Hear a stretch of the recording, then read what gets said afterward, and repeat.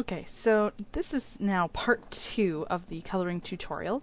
In the previous one, we cleaned up the artwork. Now we're ready to lay down base colors.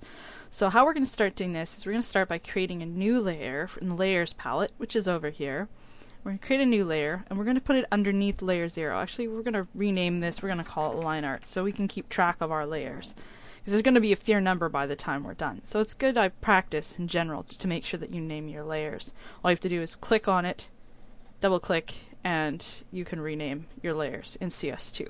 In anything less than CS2, you just double click on it and it'll bring up a window and you can rename it. So let's first create a new layer. So we're going to go to, there's a couple of ways to do this. In Adobe Photoshop, there's a million ways to do anything, and there's a couple of ways to do this. We can either go up to layer and create a new layer from here.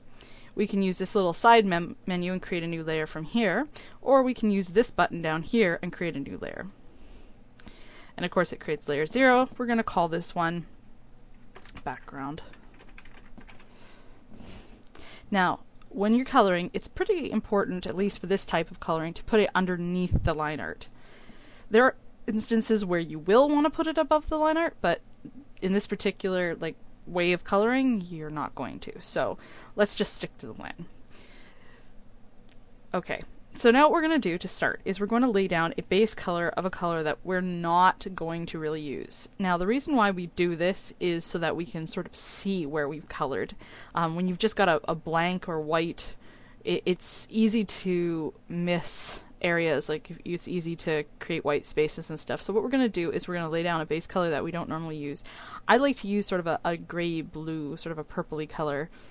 And I'm just going to use the paint bucket, if it'll open for me, being a little slow, and we're going to fill it, and this is going to be the background layer. It's not going to ultimately be a background layer, but right now this is going to let me see what I have and haven't colored. So what I'm going to do is I'm going to pick one of these to start with, and I'm going to let me pick one that we've got all the colors for. Let's go with this one down here. I know it's kind of out of order, but let's go with this one.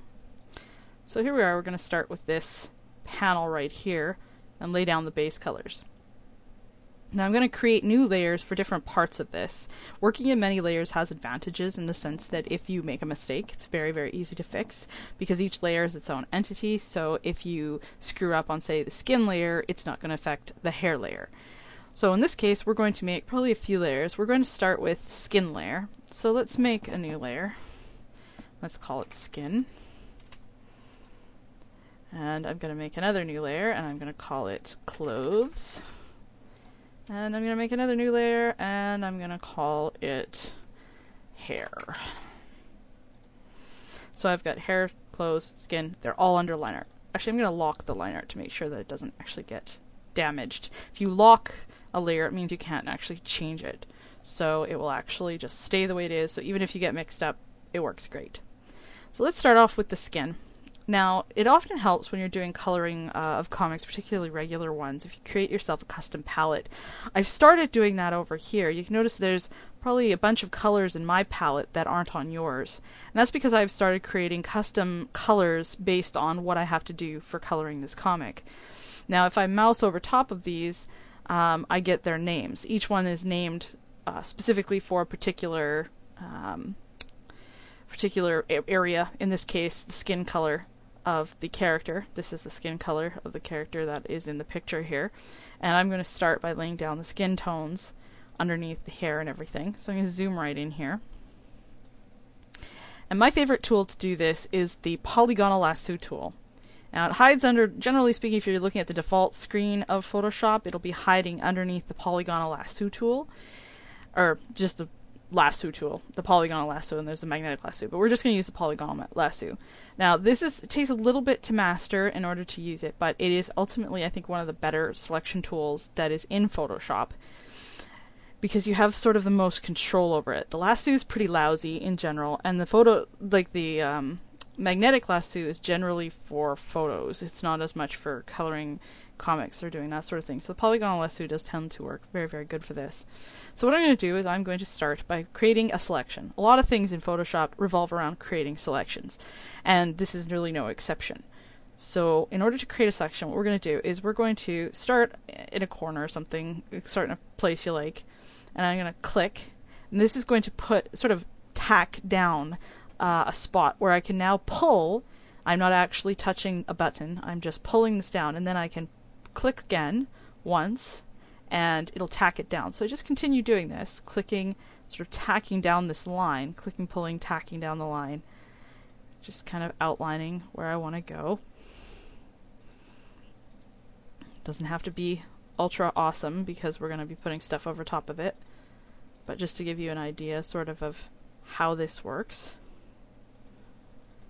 Click like this. Just each time I'm putting sort of a tack down, it sticks it in place so I can create my shapes. It doesn't really curve, so you have to, when you're going around curves, you have to tack it multiple times. It takes a bit of practice, but you know, a little bit of practice, you'll get there.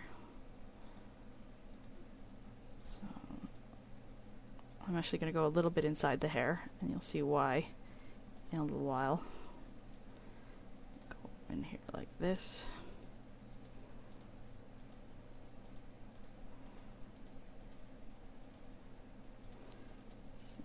In here. I mean, you could actually just sort of do this more roughly than what I'm doing right here, but I want to show you the sort of the shape that you can get out of this. So what I'm going to do now is I'm going to use the paint bucket inside of the selection, and I'm just going to click, and it's going to dump in the base shade for me, the color that I've chosen to dump in there.